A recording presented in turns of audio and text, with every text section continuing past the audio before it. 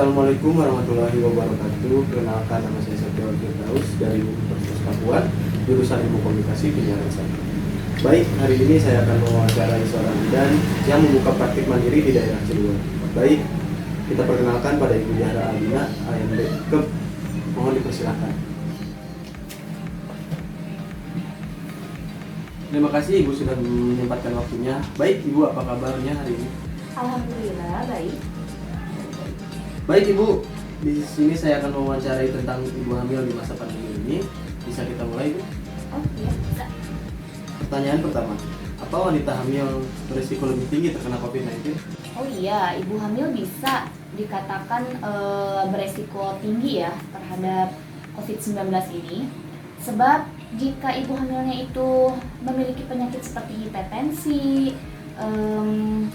preeklamsi, terus juga ada DM, terus kan ibu hamil itu emosionalnya itu tidak stabil juga kan, terus juga ibu hamil itu gampang stres juga. Nah, jadi maka dari itu ibu hamil itu gampang sekali terkena COVID-19 ini. Nah, ibu hamil itu kan wajib ya untuk memeriksakan kandungannya ke fasilitas kesehatan seperti ke puskesmas, ke bidan. Nah, ibu hamil juga sih ada yang khawatir juga gitu kan. Tapi selama ibu hamilnya itu melakukan protokol kesehatan, insya Allah akan baik-baik saja. Oh, jadi begitu Bu ya. Berarti selain kita, ibu hamil juga perlu menjaga protokol kesehatan begitu ya? Iya, tentu. Baik Bu, berarti kita lanjut ke pertanyaan berikutnya.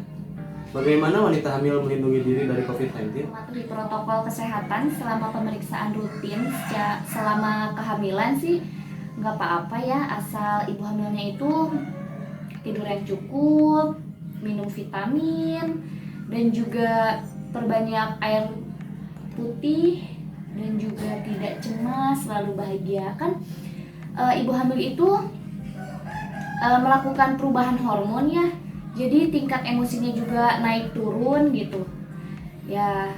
Sebaiknya istirahat di rumah. Jadi jika ibu hamil itu stres dan banyak pikiran, pasti penyakit itu gampang masuk. Ibu, kita sudahi wawancara ini. Terima kasih atas waktunya dan jawabannya. Ya, sama-sama. Terima kasih juga telah memilih saya sebagai narasumber. Stay safe. Assalamualaikum warahmatullahi wabarakatuh. Selamat sore. Baik, kali ini kita akan mewawancarai salah satu seorang guru SDIT Al-Rahmaniyah dengan Bapak Rahman Saleh. Bagaimana Pak hari ini kabar? Alhamdulillah sehat. Alangkah baiknya kita mulai saja wawancara kali ini. Mulai pertanyaan pertama. Apakah guru menggunakan metode yang bervariasi dalam pembelajaran pendidikan agama Islam Pak? Baik, saya jawab saja. Bismillahirrahmanirrahim. Alhamdulillahirrahmanirrahim. Wa bihi nasta'inu ala umuri dunya wa din, wassalatu wassalamu ala asyrafil anbiya wal mursalin sayyidina wa habibina wa maulana Muhammadin sallallahu alaihi wasallam. Rabbi shrah li sadri wa yassir li amri wahlul 'uqdatam min lisani yafqahu qawli bi rahmatika ya arhamar rahimin. Amma ba'd. Sangat betul sekali pertanyaan tadi. Dalam metode pengajaran agama Islam itu banyak variasinya. Di antara lain, kita tuh sebagai pengajar harus bisa semenarik mungkin memberi pelajaran terhadap anak agar si anak tuh tidak bosan. Apalagi ditambah di masa seperti ini. Di masa seperti ini tuh sulit, sangat sulit. Di masa daring seperti ini ya, kita sebagai guru semua berbagai variasi. Ada di antaranya itu membuat channel YouTube, ada pula di antaranya membuat anak tuh tidak penat belajar rumah ke rumah. Si guru tuh ke rumah ke rumah, dan mungkin dari berbagai guru yang lain masih banyak menggunakan metode seperti itu. Hanya saja yang terpenting itu protokol kesehatannya dijaga, atau mungkin dan lain sebagainya itu. Ya, mungkin pertanyaan tersebut saya bisa jawab hanya itu saja. Silakan pertanyaan yang lain. Baik Pak, kita lanjut ke pertanyaan yang kedua. Bagaimana menurut Bapak pemandangan perubahan pendidikan yang terjadi sekarang ini? Untuk pemandangan pendidikan masa saat ini ya masih bisa dibilang tuh sangat miris. Kenapa saya bisa berkata seperti itu? Sangat mirisnya itu ketika kita melihat anak-anak yang biasanya sekolah, yang biasanya di pagi hari itu anak-anak sudah melakukan aktivitas mandi pagi, bahkan berangkat ke sekolah sambil berbondong-bondong untuk berangkat sekolah. Tapi lihat di tetangga-tangga kita, di sekeliling lingkungan rumah kita, anak-anak tuh pagi-pagi bahkan masih banyak yang tertidur pulas. Bahkan ada juga yang masih dibilang itu pagi-pagi sudah main.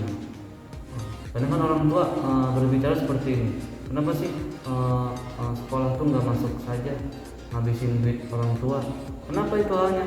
Ya karena itu anak-anak tuh terbiasanya kan dalam lingkungan sekolah tuh kayak uang sakunya dijaga. Tapi kan di masa seperti ini, sekolah daring ini, ya anak-anak mainnya lebih luas dan jajan pun lebih luas.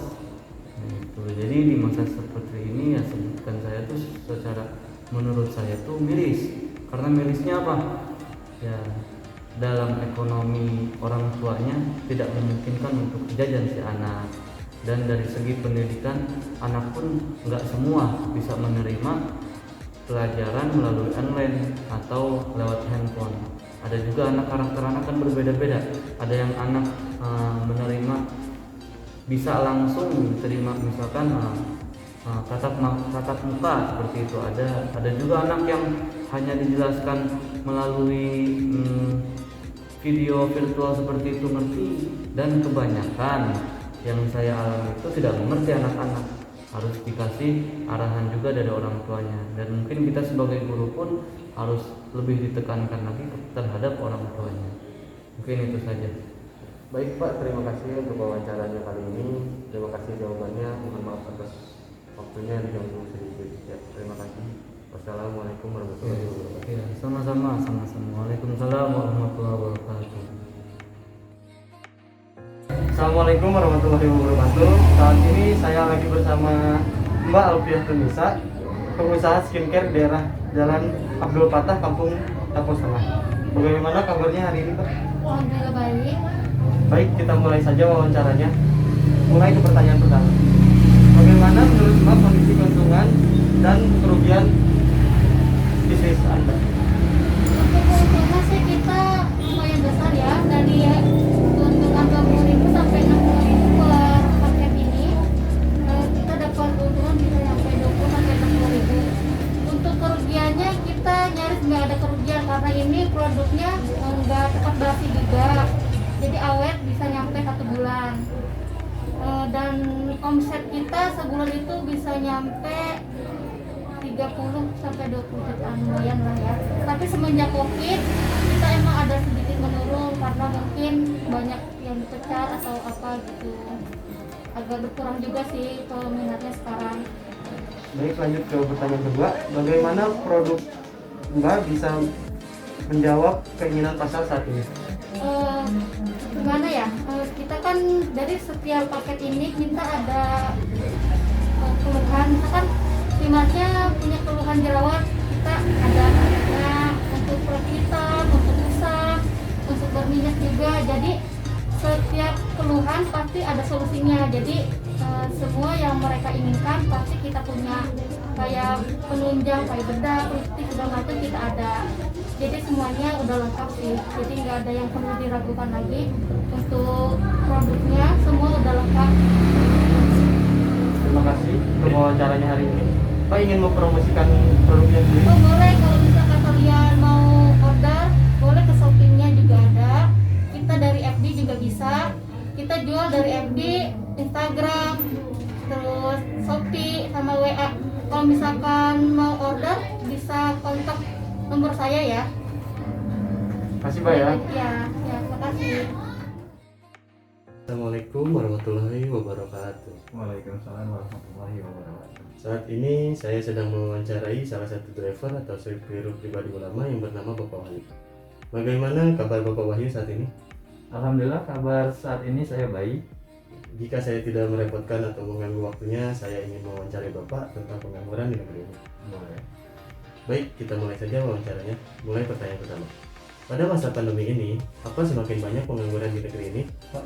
Pada masa pandemi ini menurut saya semakin banyak pengangguran yang terjadi ya. Semakin meningkatnya pengangguran itu dikarenakan mungkin banyak perusahaan yang gulung tikar atau jadi banyak yang dikeluarin karyawan-karyawannya itu. Baik Pak, kita lanjut ke pertanyaan kedua. Pengangguran yang sudah lama, apakah ada solusinya Pak untuk mencari pekerjaan seperti itu? Untuk pengangguran yang sudah lama menurut saya sih solusinya misalnya kita harus mempersiapkan jadwal kita untuk esok hari agar lebih bermanfaat gitu. Misalnya kalau untuk anak muda seperti mempersiapkan CV yang lebih menarik lagi. Yang kedua itu misalnya bantu orang tua ataupun yang lainnya. Baik, kita pertanyaan ketiga, terakhir. Apakah kejahatan atau kriminal salah satu penyebab dari pengangguran Pak?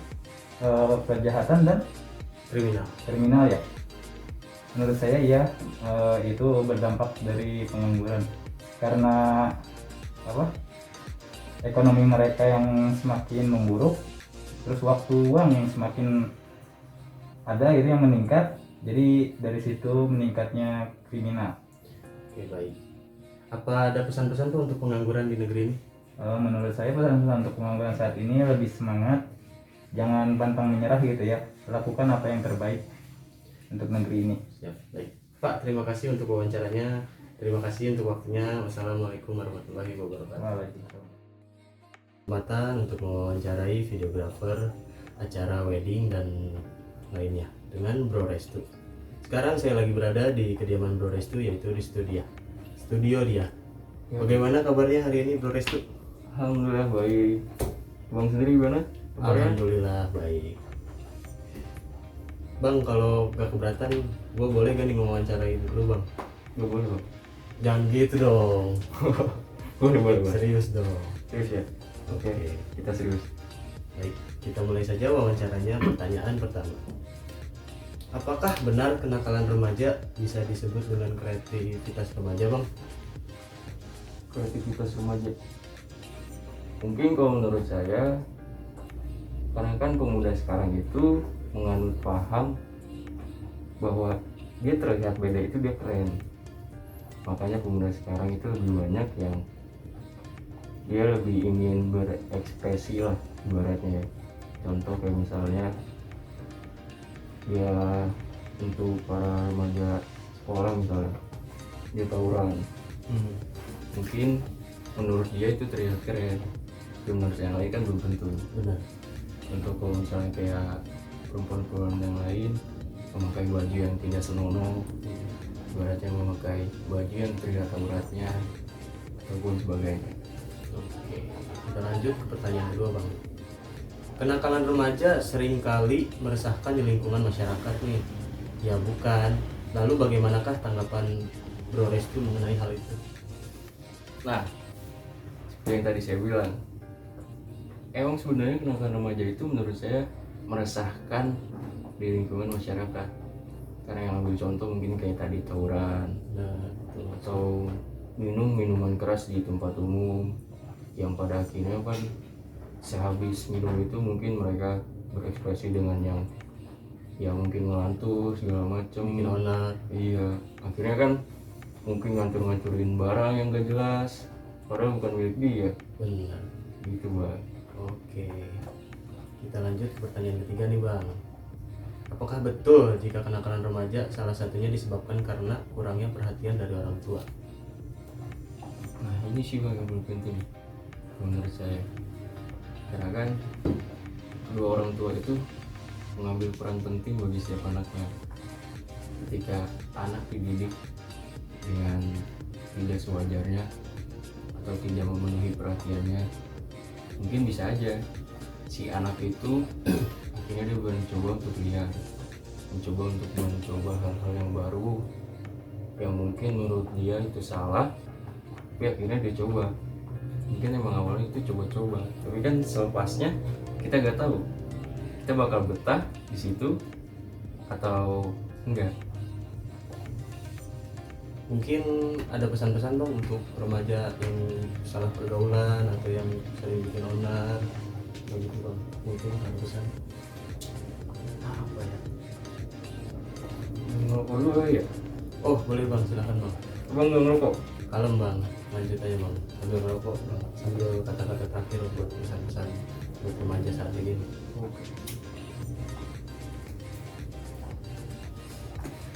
Ah, ini buat lu semua yang mungkin di saat-saat ini ngerasa bahwa hidup lu tuh benar-benar bebas.